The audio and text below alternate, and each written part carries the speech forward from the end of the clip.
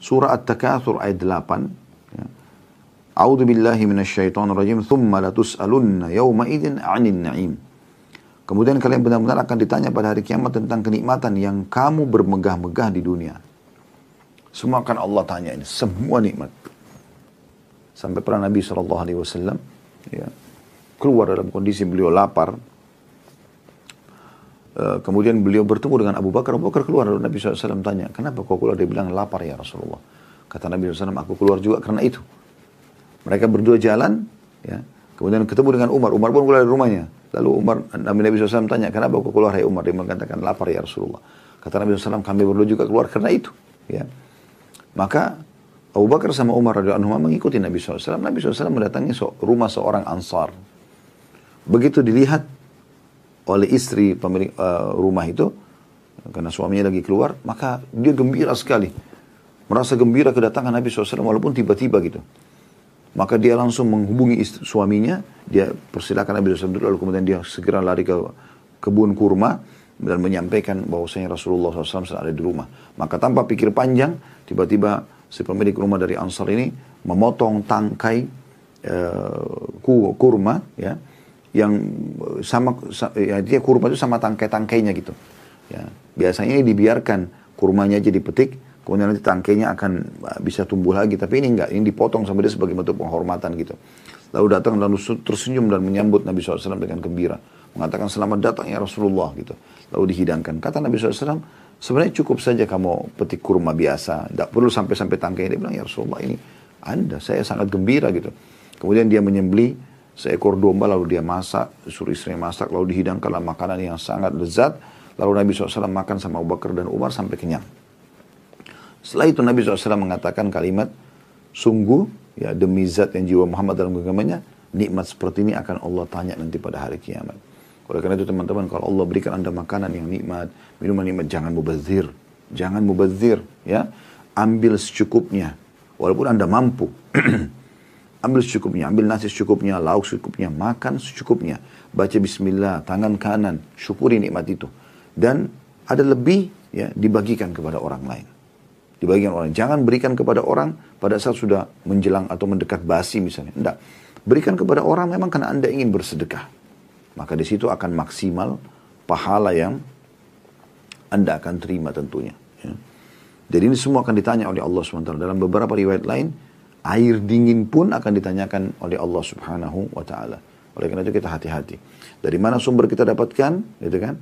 Dan juga pada saat kita konsumsi, ya kita menjalankanlah hak Allah, perintah Allah SWT, membaca Bismillah, ya makan secukupnya, gitu kan? Kalau ada lebih berbagi pada orang, tidak mubazir.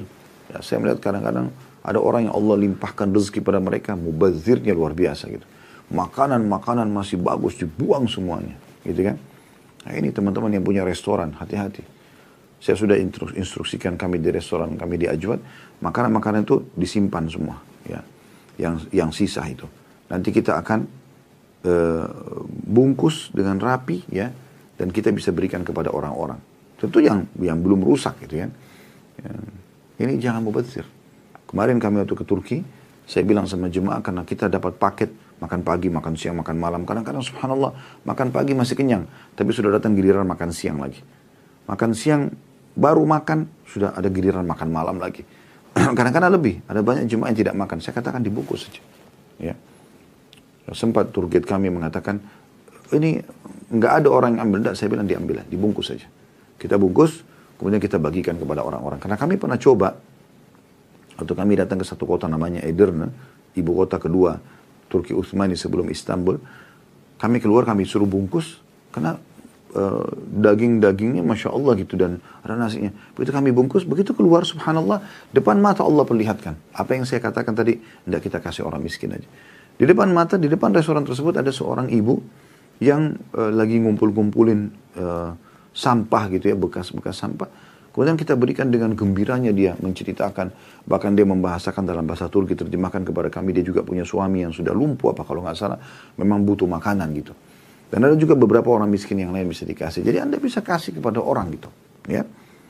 Jadi kalau anda makan jangan semuanya langsung dicampur aduk. Kalau anda yakin tidak bisa anda habiskan, mungkin ada yang bisa anda berbagi kepada orang lain, ya. Dan ini bagian daripada hal yang perlu diperhatikan karena Allah akan tanya nikmat itu nanti. Allah akan tanya nikmat itu. Ya. Sama juga dengan pakaian. Jangan terlalu berlimpah-limpah. Kalau ada pakaian, Anda pakai dulu. Walaupun berulang kali dipakai tidak ada masalah gitu. Atau memang Anda sedekahkan yang sudah lama kepada orang lain atau sudah Anda pakai mungkin beberapa kali Anda sedekahkan baru kemudian Anda nikmatin yang baru gitu. Daripada harus menumpuk semuanya begitu banyak yang akhirnya membuat terlalu mubazir. Tapi ingat ya, la ifrat wala tafrid. Tidak boleh juga orang terlalu berlebihan tadi mubazir, tidak boleh juga orang terlalu pelit. Pelit.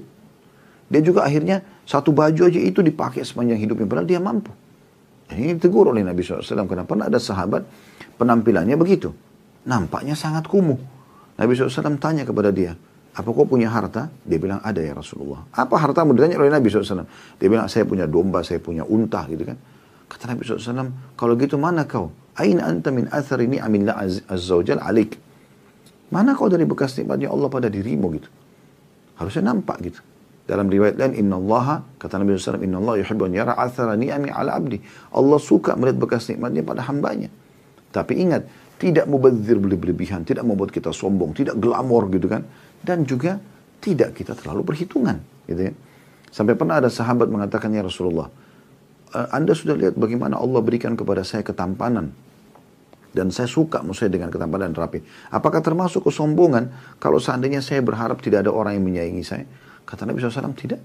Itu bagian daripada nikmat Allah. Asal kita tidak berharap orang lain ya celaka misalnya. Artinya kita selalu menjaga kebersihan kita, kerapian kita, itu bukan satu hal yang salah. Nah ini intinya sebenarnya di sini bagaimana kita ya memahami kalau nikmat-nikmat yang Allah berikan akan ditanya semuanya. Akan ditanya semuanya, maka jangan mubazir. Sering berbagi pada orang lain, sering bersedekah, itu sangat bagus ya. Daripada harus numpuk semuanya ya. Allahu a'lam.